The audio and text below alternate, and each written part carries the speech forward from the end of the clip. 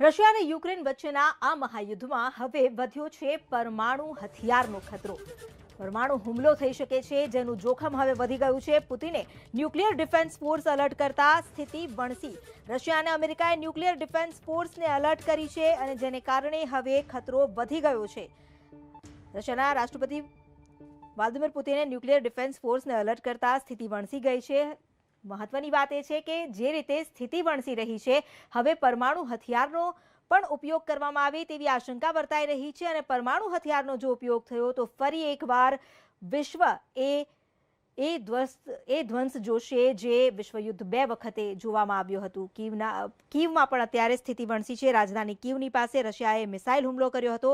કીવની પાસેના તેલ ડેપો પર રશિયાએ મિસાઇલ હુમલો કર્યો અને મિસાઇલ હુમલાથી તેલના ડેપોમાં ભયંકર આગ ભભૂકી ઉઠી। રશિયાના હુમલાથી યુક્રેનમાં તબાહી મચી ગઈ છે અને ભયજનક દ્રશ્યો જોવા મળી રહ્યા છે। હવે મોટી વાત એ છે અને જોખમકારક વાત એ છે કારણ કે હવે રશિયાએ ન્યુક્લિયર ડિફેન્સ ફોર્સ પણ તૈનાત કરી દીધી છે। રશિયા અને યુક્રેન વચ્ચેની સ્થિતિ જે દિવસે ને દિવસે વણસી રહી છે।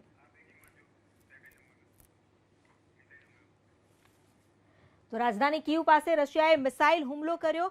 રાજધાની કીવથી લગભગ 20 કિલોમીટર જેટલી દૂરી હતી ગઈકાલે, પરંતુ રાજધાની પર જે રીતે હજુ પણ આગળ વધી રહી છે રશિયાની સેના, કીવની પાસેના તેલ ડેપો પર રશિયાએ મિસાઇલ હુમલો કર્યો અને તેલ ડેપોમાં ભયંકર આગ ભભૂકી ઉઠી।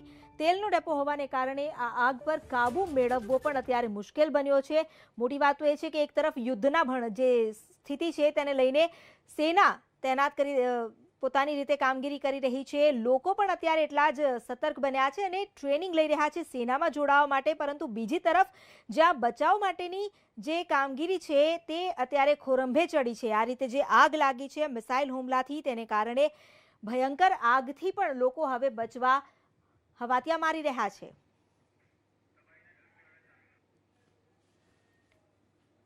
તો રશિયામાં હુમલાથી યુક્રેનમાં થયેલી તબાહીના ભયજનક દ્રશ્યો જોવા મળ્યા। રશિયાના હુમલાથી યુક્રેનમાં અનેક ઇમારતો ધ્વસ્ત થઈ ગઈ છે।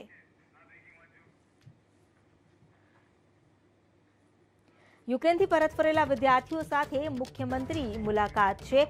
યુક્રેનની પરત ફરેલા વિદ્યાર્થીઓ જેઓ હાલ સુરક્ષિત પરત ફરી ગયા છે ત્યાંની સ્થિતિ અને તેમની મનોવ્યથા પણ જાણશે મુખ્યમંત્રી।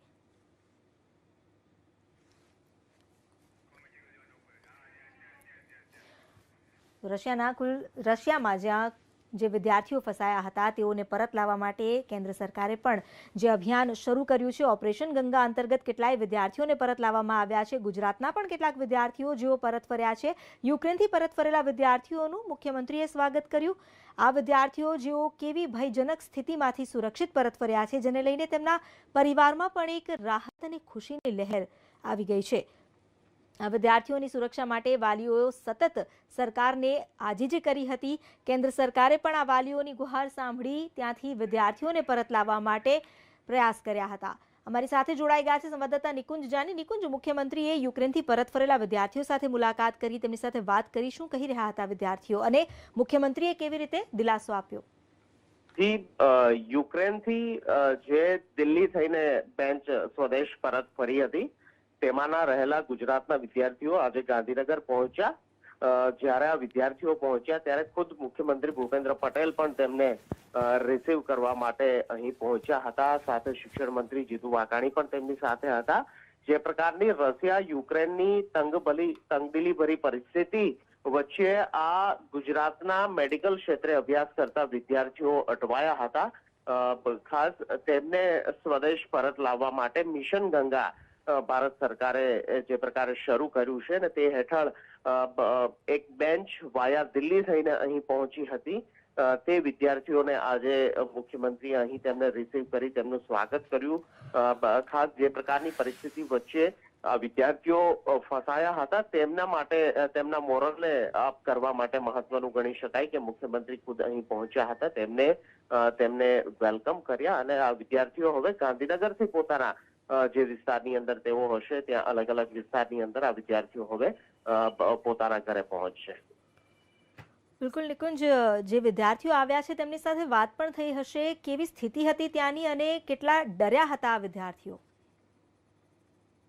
ડરનો માહોલ, કારણ કે જે પ્રકારે બંને દેશો વચ્ચે ભીષણ યુદ્ધની પરિસ્થિતિ સર્જાણી છે, ત્યારે આ વિદ્યાર્થીઓની વચ્ચે ભયનો માહોલ હતો, ડરનો માહોલ હતો, ને આ ડરના માહોલ વચ્ચે આ વિદ્યાર્થીઓ સ્વદેશ પરત ફર્યા છે, પોતાના દેશ પરત ફર્યા છે, ત્યારે એક પ્રકારનું તેમને હાશકારો થયો છે કે જે પ્રકારની તંગદિલી ભરી પરિસ્થિતિ વચ્ચેથી તેઓ અહીં પહોંચ્યા છે. ખાસ જે પ્રકારના અન્ય દેશો, પોલેન્ડથી, રવાંડાથી, અલગ અલગ દેશોથી તેમને રેસ્ક્યુ કરવામાં આવ્યા હતા, કારણ કે યુક્રેનની અંદર ફ્લાઇંગ ઝોન હાલ નથી, આપણા વિમાનો જે છે ત્યાં નથી પહોંચી શકતા, અને તેના કારણે જ અન્ય પાડોશી દેશો મારફતથી ભારતના વિદ્યાર્થીઓ જે છે તેને સ્વદેશ પરત લાવવામાં આવી રહ્યા છે.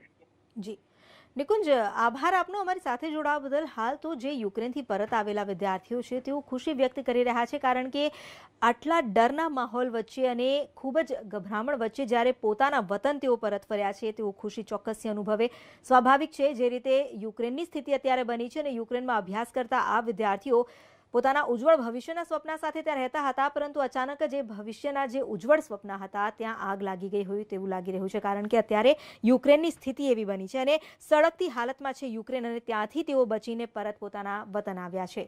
વિદ્યાર્થીઓનું મુખ્યમંત્રીએ પણ સ્વાગત કર્યું, અને મુખ્યમંત્રીએ સ્વાગત કરી, તેમની સાથે વાત કરી, તેમની વ્યથા જાણી, તેમની એ પણ સ્વાગત કરતા ફૂલ આપીને સ્વાગત કર્યું, અને હેમખેમ તેઓ પરત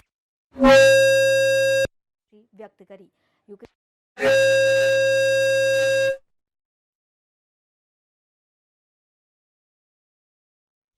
વ્યક્ત કરી, પોતાના માતા પિતાને મળીને ભાવુક પણ થયા. કેટલાય ભાવનાત્મક દ્રશ્યો પણ જોવા મળ્યા, કારણ કે માતા પિતા પણ કેટલાય સમયથી એ ચિંતામાં હતા કે તેમના સંતાનો સુરક્ષિત છે કે નહીં અને સુરક્ષિત પાછા આવશે ક્યારે.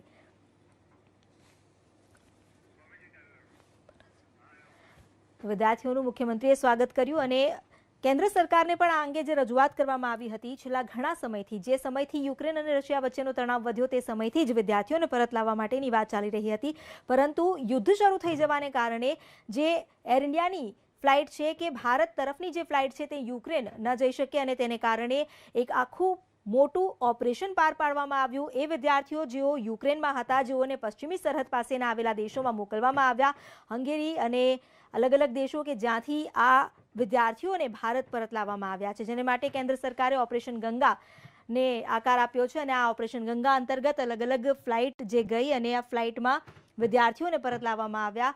26 ફેબ્રુઆરીથી આ ફ્લાઇટ શરૂ થઈ હતી. 26 ફેબ્રુઆરીએ 219 મુસાફરો આવ્યા. ત્યારબાદ 27 ફેબ્રુઆરીએ 250 મુસાફરો જેઓ બુખારેસ્ટથી દિલ્હી પહોંચ્યા. 27 ફેબ્રુઆરીએ બીજી ફ્લાઇટમાં 240, ત્રીજી ફ્લાઇટમાં 198 અને ચોથી ફ્લાઇટમાં 249 જે લોકો હતા ભારતીય મૂળના લોકો, તેઓ પરત ફર્યા. બુખારેસ્ટથી મુંબઈ અને દિલ્હી પહોંચેલા આ લોકો, જેમણે ખુશી વ્યક્ત કરી કે આખરે તેઓ હેમખેમ પોતાના વતન પરત ફર્યા છે.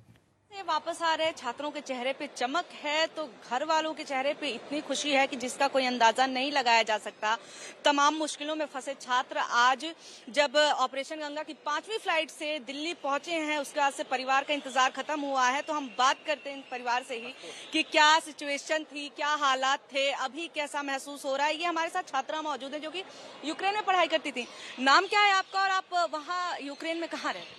मेरा नाम कविता है और मैं यूक्रेन में इवानो फ्रैंकिस मेडिकल यूनिवर्सिटी में पढ़ती थी, और वहाँ पे इतने बुरे हालात थे कि हमें इतना डरे हुए थे कि कभी भी हमारे ऊपर बम ब्लास्ट हो सकता था.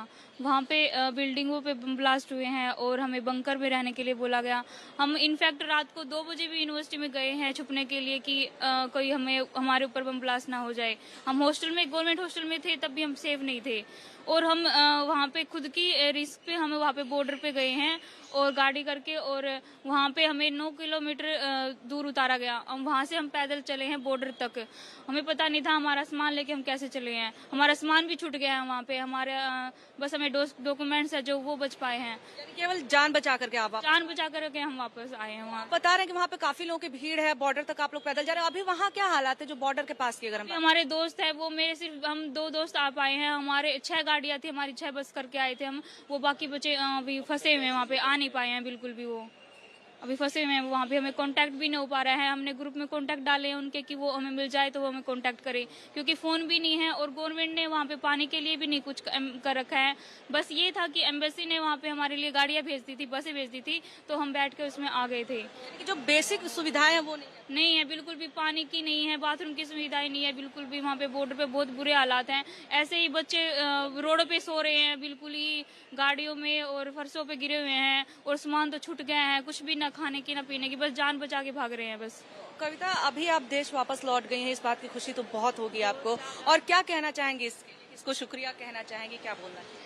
मैं शुक्रिया कहना चाहूँगी कि लास्ट में जो गवर्नमेंट ने हमारे लिए स्टेप लिया है वो बहुत महत्वपूर्ण है, कि हमें बहुत खुशी हो रही है हमारे लिए। बाद में जो बसें की है लास्ट स्टेप पे, और जो हमारी फ़्लाइट की जो सुविधा है वो भी हमारी फ्री की गई है, तो उसके लिए मैं बहुत धन्यवाद कर पाऊँगी, क्योंकि फ़्लाइट भी नहीं कर पा रहे थे। हमारी फ़्लाइट की थी हमने 24-25 को, हमारी वो भी कैंसिल हो गई थी।